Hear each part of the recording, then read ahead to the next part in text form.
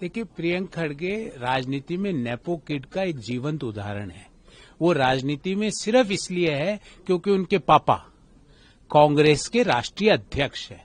अन्यथा प्रियंक खड़गे को ना तो कर्नाटक की सभ्यता, ना कर्नाटक का इतिहास, ना आरएसएस का कंट्रीब्यूशन, ना कांग्रेस पार्टी का इतिहास पता है। वो सिर्फ पापा पापा पापा कहने वाला एक बच्चा है जो राजनीति में अपने पिता के कारण है।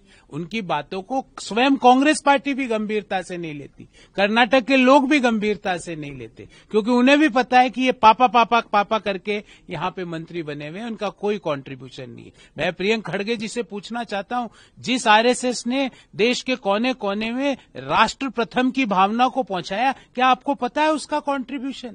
जिस आरएसएस ने भारत की एकजुटता के लिए मिशन बना के भारत के हर घर में राष्ट्रीयता की भावना को जागृत करके रखा, क्या आपको पता है उसके कंट्रीब्यूशन को?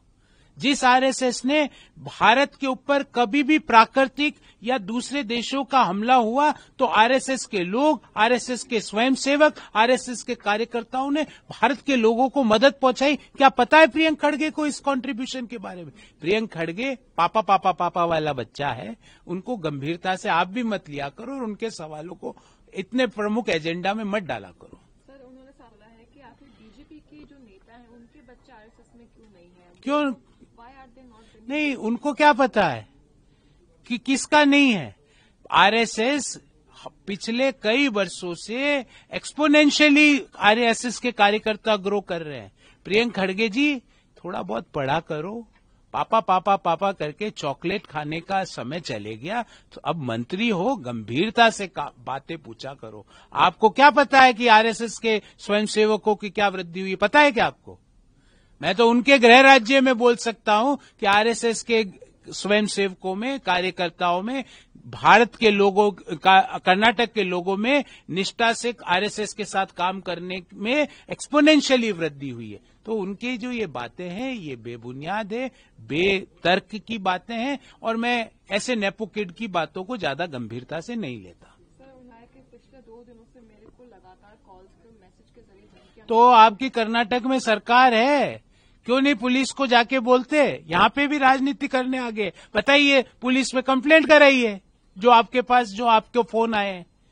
ये पापा पापा पापा को बोल दीजिए, नहीं तो पुलिस में नहीं विश्वास है तो पापा को फोन करके बता दीजिए प्रियंक खड़गे, आपके पापा कुछ कर लेंगे।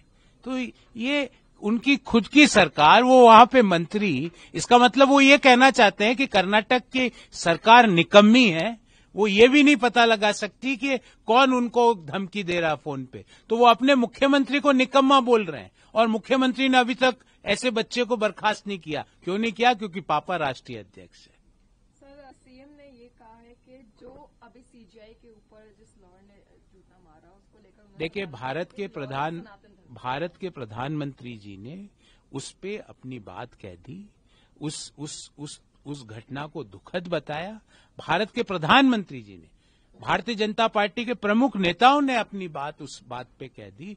अब उस बात की आड़ लेके सिद्धारमैया जी, सनातन को गाली नहीं चलेगी, सनातन को गाली बर्दाश्त नहीं होगी। अब वो समय नहीं है जब आप खुलेआम कह देते थे कि सनातन कोरोना के बराबर है, वो समय नहीं है। प्रधानमंत्री जी ने जो घटना हुई सुप्रीम कोर्ट पे, उस पे दुख जताया, अफसोस जताया, उस ट्वीट किया।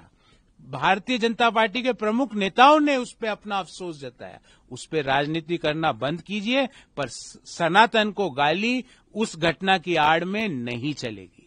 सर, सारे के सीएम ने जो है वहाँ पे चीफ सेक्रेटरीज को ये रिव्यू करने के लिए बोला है कि जो भी तमिलनाडु में आरएसएस की मूवमेंट है उनको रिस्ट्रिक्ट किया जाए। तो करिए।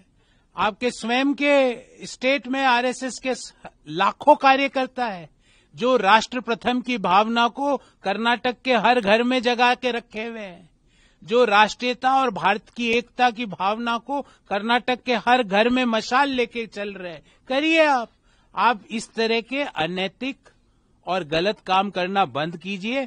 पहली बात ये बताइए कि आपके पत्नी को मुडा की जमीन कैसे आवंटित हुई?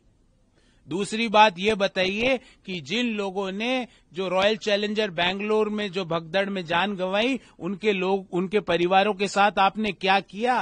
तीसरी बात ये बताइए कि खुलेआम आपके उप मुख्यमंत्री के लोग और उनके ग्रुप के लोग ये कहते हैं कि सिद्धारमैया हटने वाले हैं, उनके प्रति आपकी क्या प्रतिक्रिया है?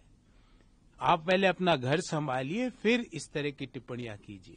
सर, पश्चिम हादसा हुआ रेप केस, उसको लेकर विक्टिम के जो पिता हैं उन्होंने बोला कि बंगाल में औरंगजेब का। देखिए, ये तो कोई पॉलिटिकल पार्टी का व्यक्ति नहीं है ना, वो वह व्यक्ति है जिसकी बेटी के साथ इतना बड़ा दुष्कर्म हुआ। और इसकी क्रोनोलॉजी समझिए, आरजी कर मेडिकल कॉलेज की घटना हो, लॉ कॉलेज की घटना हो, और अब दुर्गापुर की बेटी के साथ दुष्कर्म की घटना हो, सारों में प्रत्यक्ष या अप्रत्यक्ष रूप से टीएमसी के गुंडे इन्वॉल्व है।